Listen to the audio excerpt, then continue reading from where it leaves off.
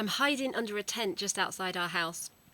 And it's skyrocketing in the 30s. We were in the pool the other day and it's really hot at the moment, and we're hiding in the barn during the day. It's just so hot. Thunderstorms are due at the weekend, so we'll get a reprieve then. But I shared recently that our grapevine is dying and it's getting worse. I think the whole vine's dying. I don't know why. Well, we all know why, in general, but why are some things dying and some things aren't? That's what we're confused about. And it's a huge subject, but that's not what I wanted to talk about today.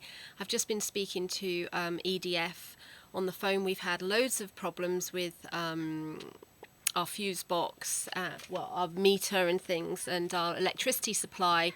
And they've sort of washed our hands of us, their hands of us, because, yeah, it's a long story. So today we phone up and we ask them to up our power, because we're only on 3 kVA and we want to be on 6 kVA because it's tripping all the time and stuff. So we thought, bollocks, we'll just up it. As of today, apparently, the government have said that they need to install all homes with Linkies, which is a smart meter.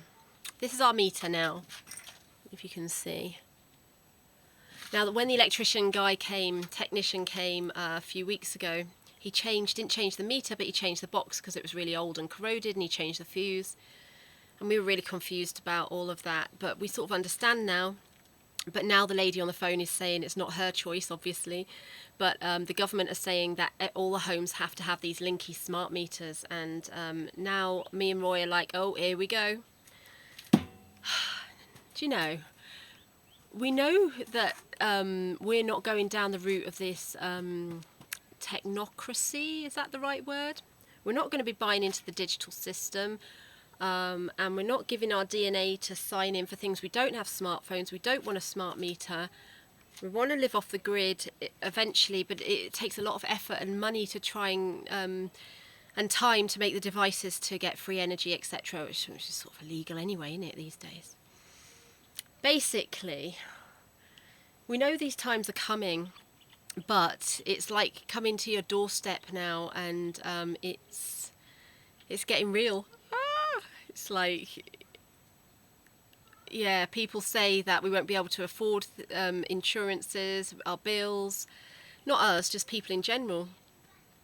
We have a hard time paying it all anyway. And those times are upon us now. Some really hard decisions. I said to the lady on the phone, ooh, difficult times are coming. She said, yes, they are. I think she knew what I meant. So apparently we have an appointment in a couple of weeks with a technician that's going to try and convince us and force a Linky meter on us. And we have to, she's put a note in there saying we don't want one, but I remember this happening and rolling out in England.